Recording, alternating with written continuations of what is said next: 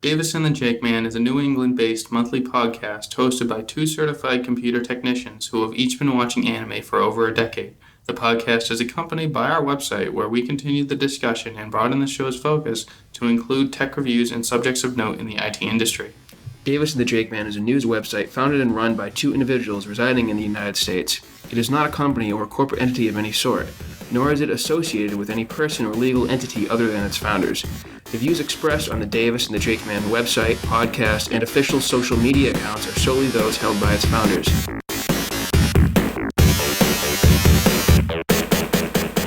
Hello and welcome to episode 3 of Davis and the Jake Man. Today we're going to discuss Nintendo and its upcoming console, the codename NX. I guess we should probably start this by discussing the rumors that have been circulating as of recent. They have Smash Brothers as a launch title. Right, but have they said it would be a new version of it? They're just going to converge Smash for 3DS and Smash for Wii U, put all the maps and characters into one port, and then have that as the launch title. I mean, I think that'd be best just because of resources. I mean, it usually takes 4 to 5 years to make a Smash game. Right. And the thing is, a lot of people haven't been exposed to it simply because they refuse to buy a Wii U. Right. And the handheld version, from your own experience, you've said it's quite good, but it's just not the same as a console. No, it's not.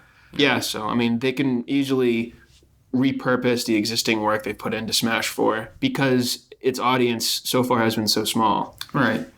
As long as they make the architecture similar, they can port a bunch of the old games that were actually good. AMD has won the console wars. Really, yeah, I know. We say it's Sony versus Nintendo versus Microsoft, but really it's AMD versus AMD versus AMD. Those guys are a different studio. You AMD, we're AMD. You AMD, bro? I'll throw it down. Let's throw it down. Do you even AMD? I hope you're recording. I am, yes. Yeah, we're at 4 minutes right now. Okay, so let's see. The earliest leak was October 2015. The Wall Street Journal had an exclusive article about developers receiving SDKs and development units ahead of announcement. Yeah, and that's going to help a lot. Because, I mean, one of the many things that killed the Wii U was the lack of third-party support. They didn't have the Witcher 3 and the Batman Arkham Knight. A lot of AAA titles were absent from the Wii U. Although that probably had as much, if not more, to do with the limitations of the Wii U's hardware versus how soon development kits and SDKs were made available to game developers. True. The thing is, though, since the GameCube, Nintendo's hardware has been underpowered compared to its competitors. So this hopefully will mark a departure from them being one step behind. It's funny because Nintendo now will have one more generation than the rest. And yet for a while it's been playing catch up in terms of sheer specs. Yeah, but I think they've been doing that on purpose. They were targeting, the casual and low-end gamers. Well, I mean, honestly, not to sound like a snob, but that's what the PS4 and the Xbox One are for, because if you're serious about gaming, you invest in a gaming rig. Right. If you're just a derp who plays COD, then Xbox is fine for you. Well, you've just alienated like half our fan base. I've always seen a parallel between Apple in the computing space, Nintendo in the gaming space, in that, they make the software and the hardware.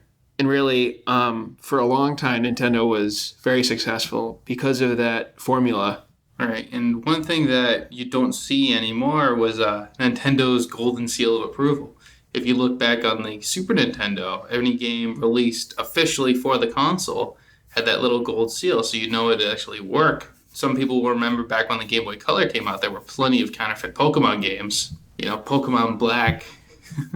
Yeah. That was quite a famous one. I played a pirated Vietnamese version of Pokemon Crystal. Oh my god, the translations were so bad. That obviously did not bear the seal of approval. Right.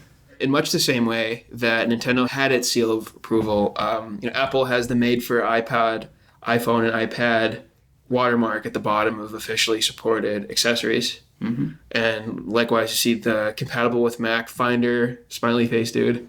And that does bring a certain level of trustedness and authenticity to support items. And likewise, you'll see made for Windows Vista logos on old mice and crap. Yeah. And, there's no reason why they couldn't bring that back. Right. Now, one thing I'd like to briefly touch on is piracy has always been an issue with Nintendo. They're one of those companies that tend to send out a lot of DMCA takedown notices, especially on YouTube. I remember there was quite a bit of whiplash when they sent DMCAs to some girl over playing the Zelda games, the Let's Plays. It feels like they alienate some of their fans. I can see what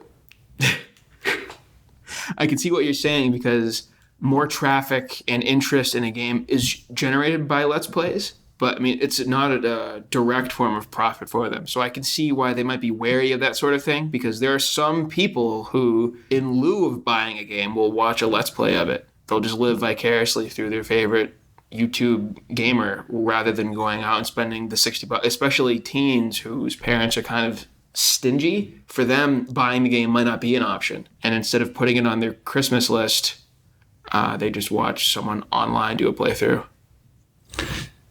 I'm in the other camp. I tend to watch a Let's Play of a game when I'm more interested in buying it. I usually want to make sure that I spend my money well. There are games that you really want to play on your own, especially the story-heavy games. A lot of people don't tend to watch like a Legend of Zelda playthrough so much as somebody playing League of Legends or COD or something online. Yeah, these more competitive multiplayer games are what have captured the Let's Play audience for sure. And even Smash Brothers. I've seen a couple Smash Brothers streams, and those tend to be really fun. Yeah, it's not like the campaign of Smash is especially engaging. It's more about the 1v1 or the 4-player. How did Nintendo kill the Wii U, or how is it killing the Wii U? When I first learned of the announcement of the Nintendo NX, a certain business term came to mind. It's called the Osborne effect. It's an effect with unintended consequences that was coined in the mid-'80s. What happened was that there was a pre-announcement for Osborne Computer Corporation's next desktop computer. They announced it a year before it launched, and actually in the interim, the corporation went out of business because their current products were seen as unviable and obsolete due to this haphazard and abrupt announcement. Like the Osborne effect is a self-defeating prophecy. Is this early announcement of the Nintendo NX the death knell for the Wii U and 3DS? I think so, because they're sort of inferring that they're not going to keep the console going very long. When a new console is released, the older console has a year or two of lifespan left. We saw it with the PS2, and that was the exception. That had lasted for almost 10 years, or more than 10 years. Yeah, I believe support ended in either 2011 or 2012, which was, that's long beyond the normal lifespan of a gaming console.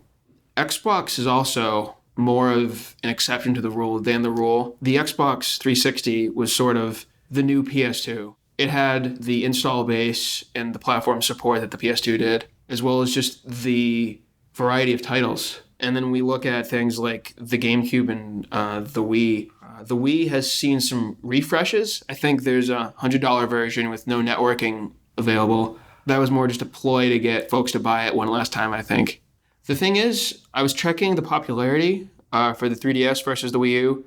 The Wii U's install base is 12 million units versus 58 for the 3DS. The Nintendo Wii servers were shut down in May of 2014. Wii U came out in 2012, right? Nintendo struck first, which was, admirable, but, just the difference in specs. Yeah, honestly, the Wii U, specs-wise, was what the Wii should have been. It was just more of, like, a proper Wii in terms of performance. Yeah. But the thing is, too, they got to stop with this janky iPad controller stuff. That's really what I think has killed the Wii U. And then there's all the different peripherals and controllers. The Wii had plenty of controllers. They had the Wiimote, they had the nunchuck, they had the classic gaming controller. I'm sure they had some kind of shooting or flight stick. And then they had hundreds of plastic little gimmicky guns and driving wheel and steering wheels, and all these pieces of plastic were overpriced. See, that's yet another way they're like Apple. They charge you like $50 for a white piece of plastic because it has their name on it. Better off making one out of duct tape. Yeah, frankly, the quality is not there. As you know, some of the reasons I didn't want to buy the Wii U were the cost. It's not just the cost of the console. There's the cost of all of the tablets. I think they were like close to $100 a pop.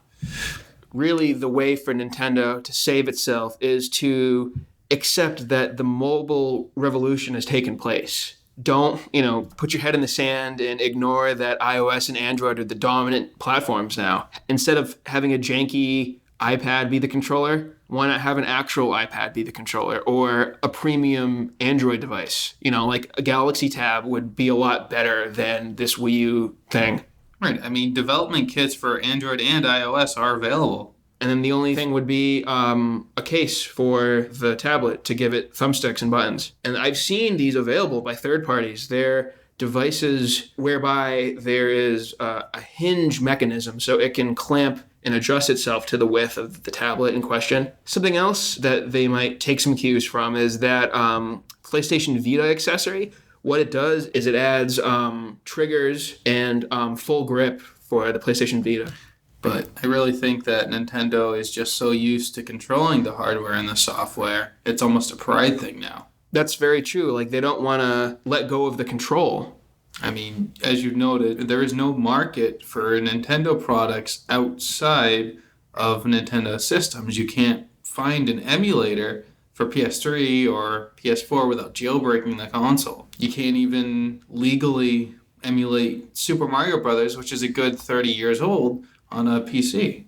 Yeah, it's sad that you need to be a lawbreaker. In order for the Wii U to be a success, they need to have strong first and third party out of the gate.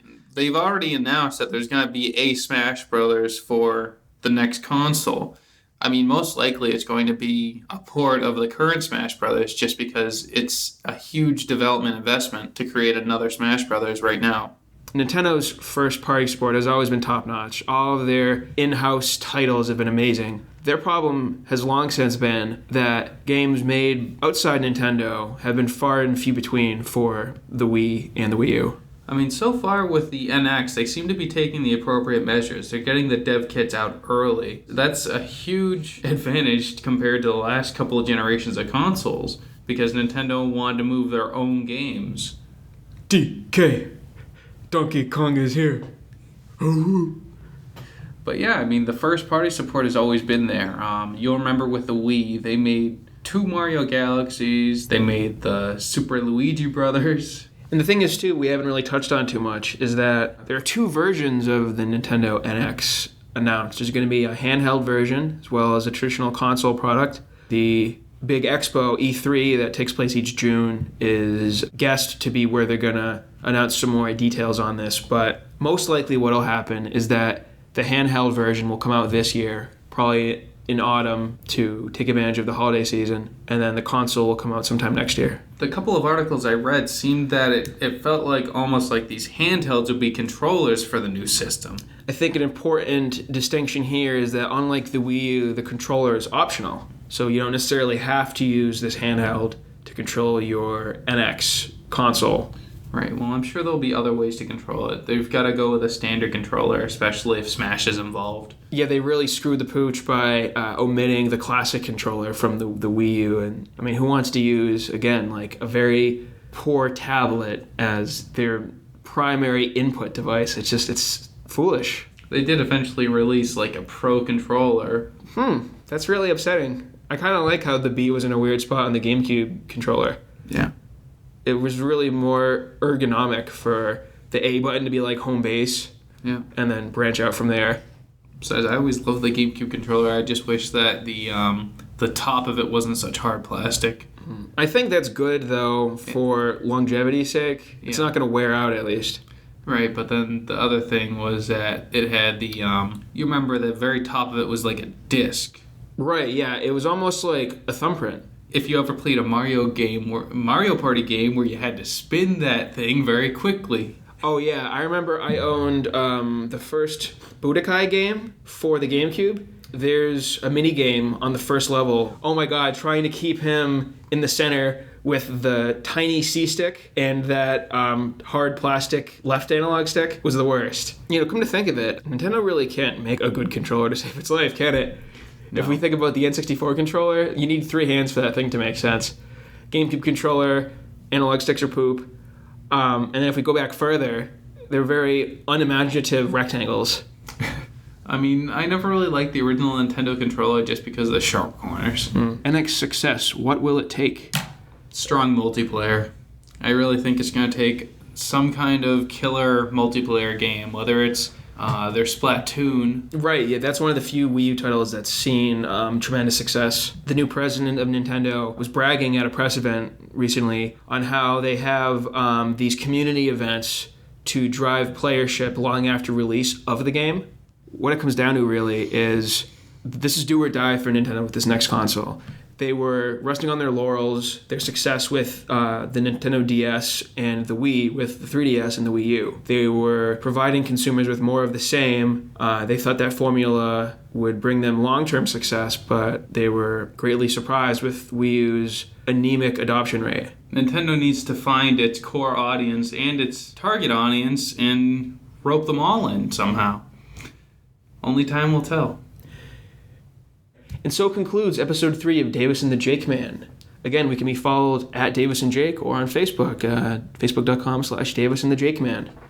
For more tech news, be sure to visit our companion site at davisandthejakeman.com. Davis and the Jake Man, for nerds of all kinds. I wasn't sure if you were going on one or after one. On one. Okay. Dun, dun, dun, dun, dun, dun, dun.